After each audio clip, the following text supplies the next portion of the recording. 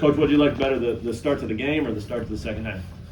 Well, I thought the start of the game we actually played. I mean, that's about as well as we played for any stretch. And, you know, we got good looks and we passed it great and handled pressure well. And you know, got lucky. They missed some shots they probably normally make. But that was about that first 10 minutes, that was pretty good. And of course, when Grady shoots it like that, getting it started, and, you know, we were scoring and Jalen really hadn't gotten involved yet, so that was good. It was a total team effort, and certainly we played our best game of the season. I feel like. What was it like being back here after 11 years? It was nice. I mean, the crowd was very welcoming, but in all honesty, you know, you want to be in environments where people care, and there was obviously a caring environment today. I mean, Mizzou showed. They turned out, and the crowd was great. I thought our guys really did a good job of not letting them go on runs that could have really got the crowd more into the game. The one run they went on, they cut it to 15 or whatever, and it was still a ball game then, but we responded after that. But I thought our guys handled the crowd great. But I thought the crowd was really, really good. What did you want to take away from them, Bill? Take away Take from away from that, yeah. I mean, they've been a high-scoring team. You know what, Blair? I don't know that we talk much about taking anything away, except personnel. You know, what certain individuals can do and what they can't do, and the way that they hurt us today, and they hurt us a lot on this. We're just playing one-on-one. They just played take 'em, and they shot a lot of layups. And so, you know, if we were to play them again, I'd probably have to figure out a way to eliminate that, because I thought their individual offense was better than our individual defense, you know, when they played one-on-one. But we wanted to limit Kobe going right and getting him in the post and drawing fouls, and we wanted to obviously limit Hodges' shots off the catch. And I don't think we did a great at either one of them, but we probably did a above average job on both of them. Bill, what'd you guys emphasize offensively as far as their hard denials, and then also when you guys would see help? We thought that when we beat our man, we weren't beating our man to them bluffing and getting back. We're beating our man to them running to the ball. I mean, they do a great job of that. You know, West Virginia used to be great at that too, and so we talked about, as soon as you beat your man, make the extra pass, and then obviously the way they play. It helps if the ball goes in the hole, and it did for us today. But you know, if you can exercise some patience and not turn it over in the first 10 or 15 seconds of the shot clock, you know, you could get a situation where there's a switch, and now KJ's posting on a guard and things like that we were able to take advantage of. So we executed fairly well. Bill, you said this week you asked the players to embrace the atmosphere and have fun. I mean, love the atmosphere. Is that what happened?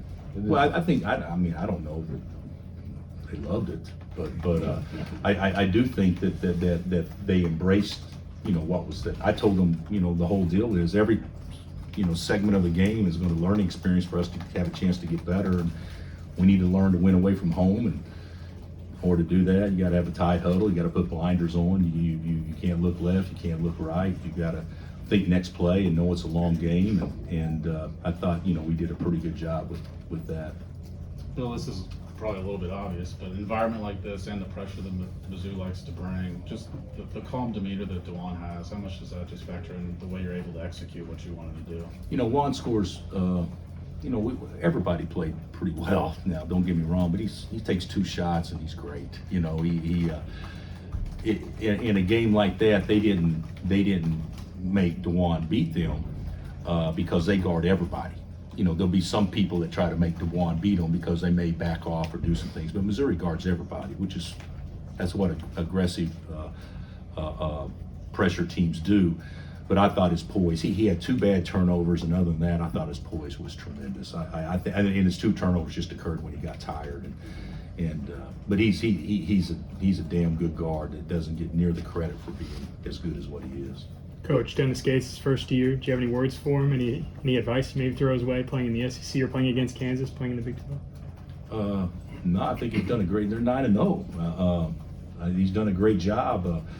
One game, it doesn't in any way, shape, or form for us or them define anything. But it should be a learning experience for both of us.